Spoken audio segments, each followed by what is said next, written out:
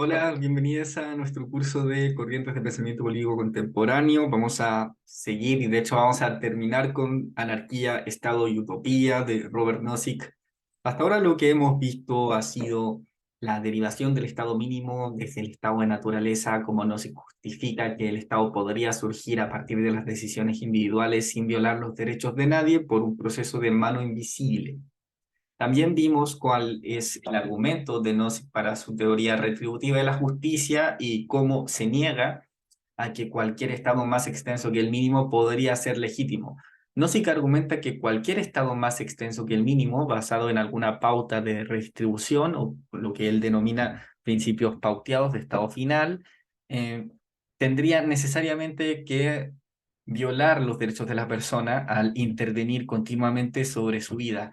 Vimos lo que son las críticas de Nozick a la teoría de la justicia de Rawls, y hoy día lo que vamos a ver es el capítulo octavo, aunque vamos a verlo solamente en pinceladas para conocer en grandes rasgos lo que este capítulo dice. Este capítulo se denomina igualdad, explotación, envidia y otras cosas. Es un título largo y un poco significa, un poco resume lo que Nozick habla en él y lo que Nozick ha hecho en todo su libro, ¿no? Anarquía, Estado y Utopía es un libro muy creativo, pero también es un libro valiente. Nozick está todo el tiempo lanzando preguntas filosóficas, cuestionando a rivales, etcétera. En este caso, como en el anterior, se centró en Rawls, ahora se va a centrar en otros igualitaristas y en los marxistas. Yendo más allá de Rawls, entonces, Nozick va a cuestionar al igualitarismo en general y va a sostener que la legitimidad de alterar las instituciones sociales para lograr una mayor igualdad en las condiciones materiales de vida es un punto extendido, es un punto casi de sentido común en la gente, pero que no se basa en argumentos sólidos. Si los procesos de distribución surgieran por un proceso legítimo, entonces estarían legitimados siempre y cuando no violen los derechos de las personas. Pero la idea de igualdad de oportunidades, que parece ser tan eh, atractiva en un comienzo y que parece ser una forma débil de igualitarismo, es de hecho bastante estricta porque sugiere que para proporcionar la igualdad de oportunidades tengamos que empeorar directamente la situación de los miembros más favorecidos de la sociedad para poder tener la oportunidad de mejorar la situación de los miembros menos favorecidos de la sociedad. Hay una opción aquí porque siempre tenemos que elegir para ser iguales, ¿empeoramos a otros o mejoramos a los que están más abajo? Y la opción de empeorar a otros presupone usarlos como meros medios o herramientas.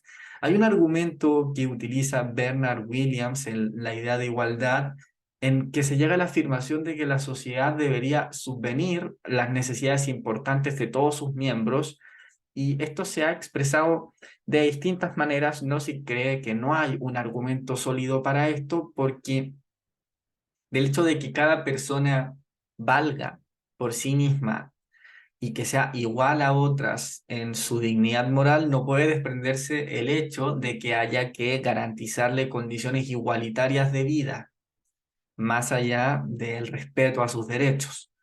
No se cree, contrario al argumento, a la metáfora de que la vida es como una carrera y hay que equiparar las distancias que recorremos para hacer la pareja, que la vida no es una carrera, no hay un camino unificado ni un proceso centralizado que juzgue las decisiones que tomamos. Por el contrario, las personas tienen vidas separadas y hay distintas cosas que queremos hacer de otras personas que quieren hacer cosas completamente distintas.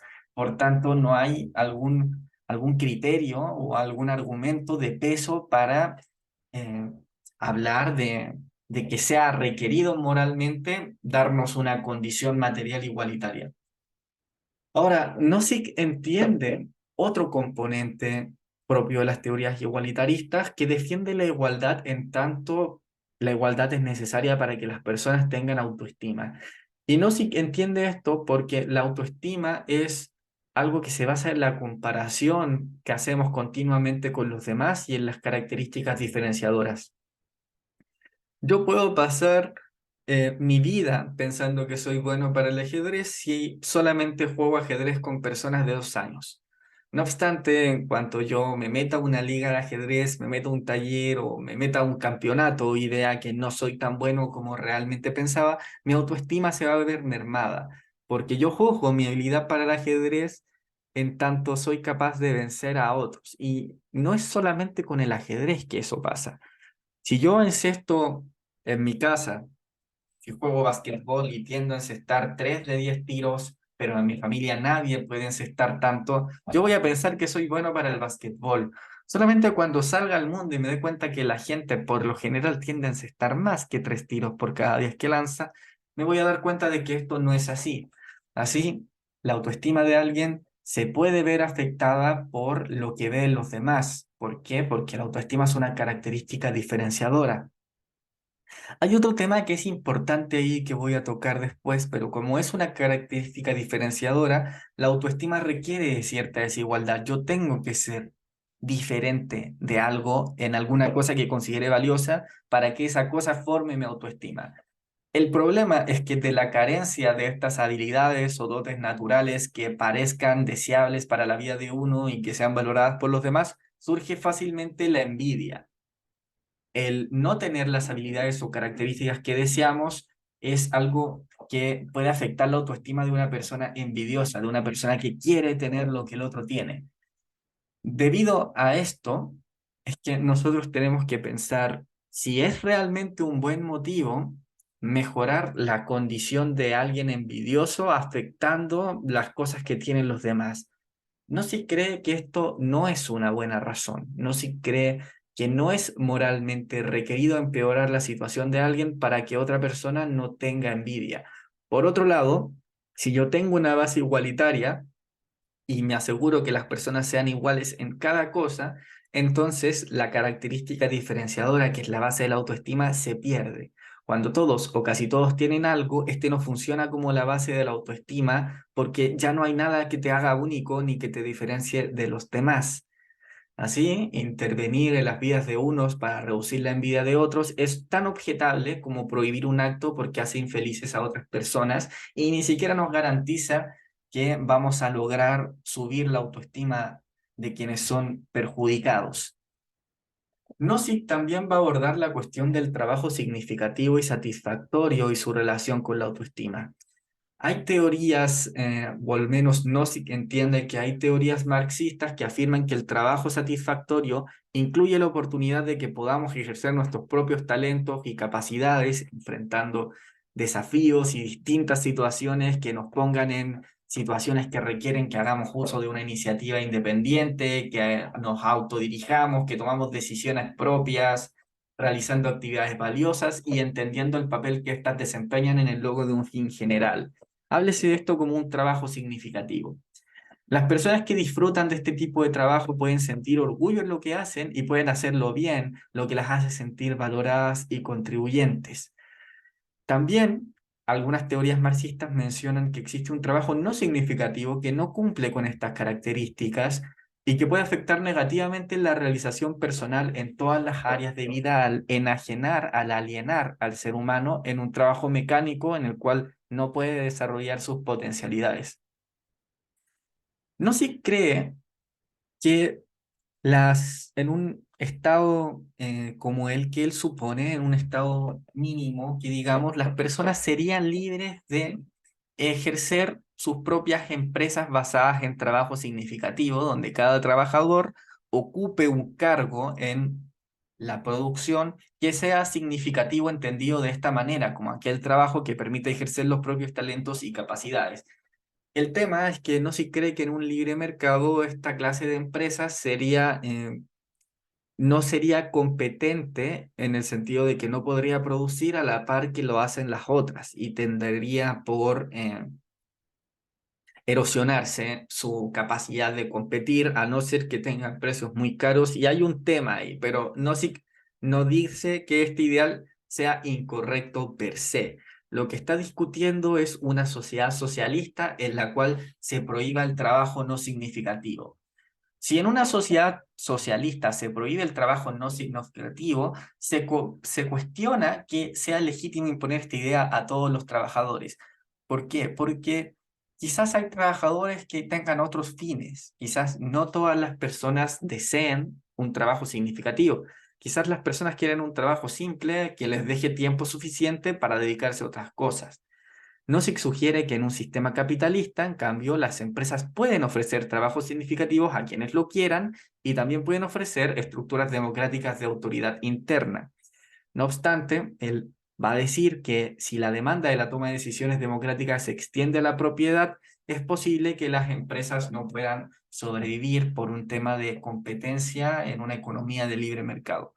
Menciona que una alternativa podría ser que las personas formen sus propias empresas cooperativas administradas democráticamente y que los consumidores decidan comprar a esas empresas cooperativas al precio que exigen, que probablemente sea más alto para hacerlas competentes en este mercado, pero si el consumidor está dispuesto a financiarla, va a pagar ese precio si realmente considera que esa empresa está haciendo algo valioso.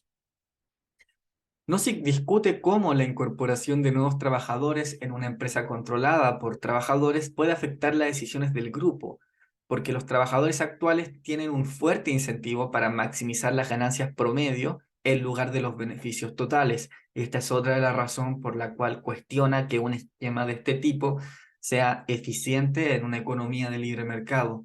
Nozick discute además que en un sistema de fábricas sindicalistas podrían generarse grandes desigualdades de ingreso entre trabajadores de distintas fábricas, porque algunas fábricas van a tener mejores rendimientos que otros, ya sea por la estructura de trabajo o por el tipo de producto que están explotando. Y esta desigualdad podría afectar la realización de una pauta igualitaria de estado final. Habría de nuevo que entrar a intervenir. Se sugiere que una fábrica controlada por trabajadores podría llegar a pagar menos a cada trabajador para vender sus productos a precios competitivos, y aquí volvemos a introducir el problema de la explotación, en el cual se está extrayendo parte del trabajo que produce, del valor que produce el trabajo del trabajador para poder mantener sustentable la empresa. O incluso esta empresa de trabajadores podría pagar salarios competitivos y cobrar precios más altos por los productos, que es la solución que ya habíamos dicho antes. En general, lo que no se dice es que la cuestión del trabajo significativo y un esquema de trabajo de propiedad socialista de los medios de producción depende mucho del sistema económico en el que se encuentra y plantea una serie de desafíos que no vamos a abordar ahora. La cuestión de la explotación del marxismo para Nozick queda en un pie bastante débil después de las objeciones típicas a la teoría del valor trabajo. Nozick señala que la explotación se explica en la teoría marxista por la falta de acceso de los trabajadores a los medios de producción. Si se elimina la obligación de los trabajadores de negociar con los capitalistas, desaparece la explotación. Así, la propiedad pública de los medios de producción podría ser un problema o sea, podría ser una solución al problema de la explotación. Además, no se discute la capacidad de los trabajadores para identificar oportunidades y establecer empresas. Argumenta que algunos trabajadores pueden no tener habilidades empresariales para hacerlo, pero incluso si este fuera el caso, sugiere que estos trabajadores podrían llegar a una mutual y ponerse de acuerdo para contratar empresarios o gerentes que establezcan una empresa para ellos y que las dejen andando para luego pasar la autoridad a los trabajadores. Está mencionando muchos temas, no cita aquí. Menciona que existen riesgos de invertir en estas nuevas empresas y que hay que darle a las personas razones para que pudiesen invertir en esos riesgos. Nozick asume que al distribuir la propiedad a un todo, a los trabajadores como un todo, es decir, al haber una propiedad comunal de los medios de producción, los trabajadores no correrían los riesgos de la empresa en la que trabajan, pero en una sociedad socialista, los trabajadores comparten los riesgos de la empresa en la que trabajan porque son propietarios de ella. Aquí me confundí un poco, pero en una sociedad capitalista se supone que los riesgos de las decisiones, de las inversiones, las corre el capitalista. Pero en una sociedad socialista, al compartir los trabajadores la propiedad, eh, al tomar una decisión, los riesgos los corren todos. y eso es riesgoso para la funcionalidad de la empresa y introduce algunos incentivos a maximizar la ganancia promedio en vez de maximizar la suma total de ganancias. No si cree que no puede darse lugar a un esquema que produzca tantos bienes como podría hacerse en una sociedad capitalista, ni por tanto cubrir la demanda de bienestar de la misma forma.